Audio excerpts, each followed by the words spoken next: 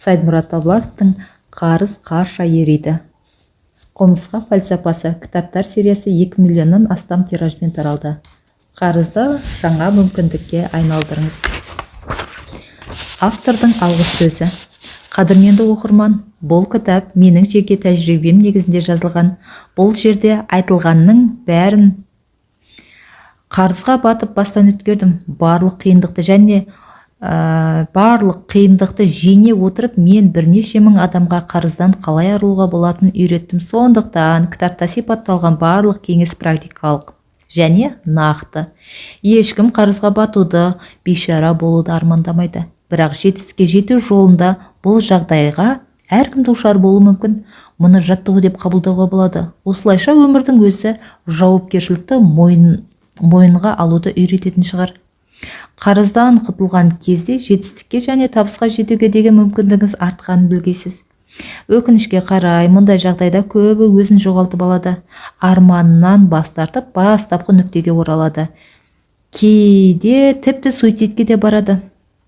Бұл білімнің, даналықтың жетіспеушілігінен болады. Ақша деген не?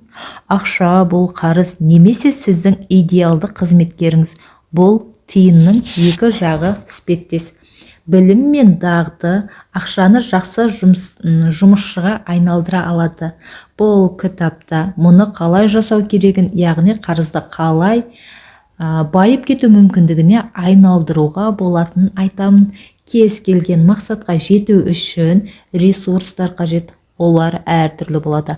Ақша, активтер, білім, таныстар, бедел, ақпарат, команда, технологиялар және тағы басқа. Көпшілікпен 30 жыл бойы тренер ретінде жұмыс істей отырып, ең басты актив ішкі жағдайымыз екенін түсіндім. Есімі тарихта қалған табысты адамдардың, миллиардерлердің, чемпиондардың, ұлы саясаткерлердің оқиғаларын еске түсіріңіз.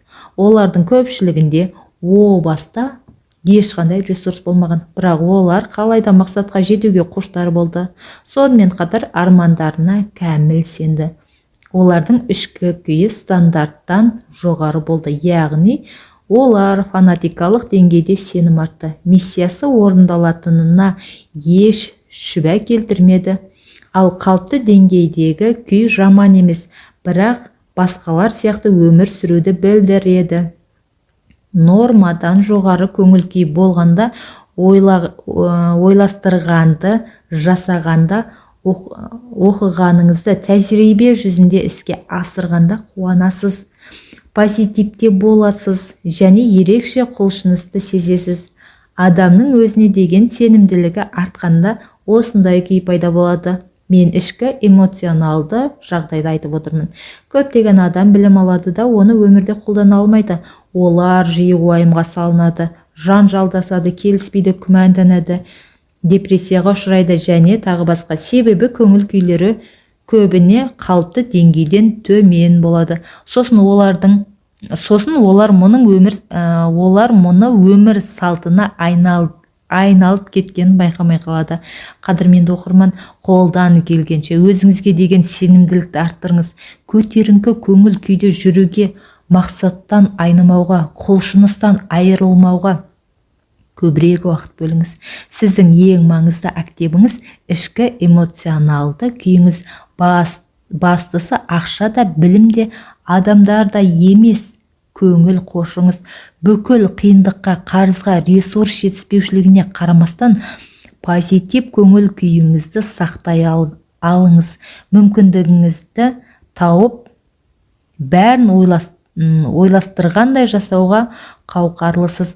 Ақшаны да керек, адамды да, арнайы білімді де іздеп табасыз. Сіздің ең маңызды активіңіз оң көз қарасыңыз. Ішкі эмоционалды күйіңіз. Позитивті сақтай алған адам әрқашан бай, танымал, табысты әрі өз ісінің нағыз чемпионы болады. Бәлкім сіз ата-анасынан жеткілікті ресурс, ақша, мүлік болып қалған адамдарды білетін шығарсыз. Олардың көзінде от, жетістікке деген құштарлық, табысқа деген ұмтылыс жоқ. Уақыт өте келе мұндай адамдар бәрін жоғалтады. үмітіңізді оятыңыз. Қазір қандай күйде екеніңіз маңызды емес. Байсыз ба, жоқ па, маңызды емес. Бастысы жоғары нәтижеге қол жеткізуге және мақсатқа ұмтылуға деген қоштарлық болсын. Бірнеше күн бұрын бір адаммен таныстым. Сөйтсем ол мультимиллионер екен. Мәртебесіне қарамастан ол маған қатты шаршағанын, мәселесі уайымы барын айтып берді. Оның сөздерін естіп ойға баттым. Мұндай жағдайға тап болғанын, мұндай жағдайға неге тап болғанын ұқтым. Ол өсу мен даму үшін ауадай қажет ішкі эмоциялық күйді жоғалтты. Сондықтан ішкі әлемі өмірде көрініс бере бастаған. Соңғы 4 жыл ішінде бірнеше бизнестен айырылған тағы бір мультимиллионерді білемін. Ол 700 гектар аумақты қамтитын бақтан, 2 көмір шахтасынан, үлкен спирт зауытынан, қала ортасындағы кеңсе ғимаратынан, жанармай құю бекетінен айырылды. Онымен болған барлық жағдай ішкі күйінің сыртқы көрінісі. Ол бұл туралы білмейтін де шығар. Активтерді сатып алуыңыз, дамуыңыз ішкі күйіңізге тікелей байланысты. Мұның бәрі көзіңізде от бар ма, жоқ па, соған тәуелді. Спортшыларға қараңызшы. Күйді жоғалтқанда жеңіле бастайды. Алайда біреу нәтижеге жетелейтін және жеңіске шабыттандыратын мықты жаттықтырушыны кездестірсе, бірден жеңіске жете бастайды. Мүмкін қазір қаржылай қиындыққа тап болған шығарсыз. Көп нәрсе жасау үшін ресурста жетпейтін шығар. Дегенмен негізгі ресурсқа иесіз. Оны әркез қолдана аласыз. Мұны түсініп, іс жүзінде қолданып үйренгеніңіз лазым. Мұны мен адамдармен ұзақ жыл жұмыс істеу барысында түсіндім. Күн сайын өзіңізге деген сенімділікті арттыруға себеп іздеп табыңыз.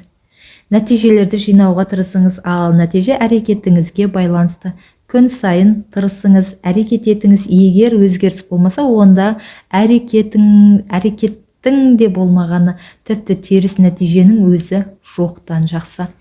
Қарыз дегеніміз теріс нәтиже. Осы кітапты оқып, ондағы барлық қағиданы біле отырып, сіз қарызды мүмкіндіктерге айналдырып бай бола аласыз. Осы кітапта сипатталған барлық ережені сақтаңыз, сонда ақша үнемдеуді үйренесіз. Кедейшілікте өмір сүруге дағдыланбаңыз. Мен өз тәжірибемде адам ұзақ уақыт бойы кедейшілікте өмір сүріп, оған үйреніп қалса, жақсы ақша таба бастағанда да ақшасы әртүрлі себеппен азайып, дымсыз қалатын байқадым. Ол өз ақшасын қандай да бір бизнеске салып, оны жоғалтуы мүмкін. Біреуге қарыз беріп қайтара алмай қалуы ықтимал. Болмаса, инфляция жинағанын құнсыздандырып тастайды. Қалай болғанда да ол ақшасынан айырылып, қайтадан кедейлікте өмір сүреді. Өзіңізге бай болуға рұқсат беріңіз. Басқа адамдар, ата-ана, туыс, дос алдындағы шамадан тыс борыш сезімнен арылыңыз. Бұл сезім сізді қарызға батырады. Қалай белшеден батқаныңызды өзіңіз түсінбей қаласыз. Сізге жай ғана жақындарыңызға қамқорлық танытып, оларды жақсы көру керек. Құрметті менің оқырмандарым, ұсыныстарымыз қарыз қаншалықты қомақты болса да, одан құтылып табысқа жетуге көмектеседі. Кітапты бастан аяқ бірде-бір тарауын жібермей оқып шығыңыз. Мен мұны нұсқаулық ретінде жаздым. Кітапта баяндалғанды меңгергенде бай әрі табысты адам боласыз. Әлемді жақсы жаққа қарай өзгертіңіз. Сізге қызмет етуге дайын Сайдмұрат Талбатов.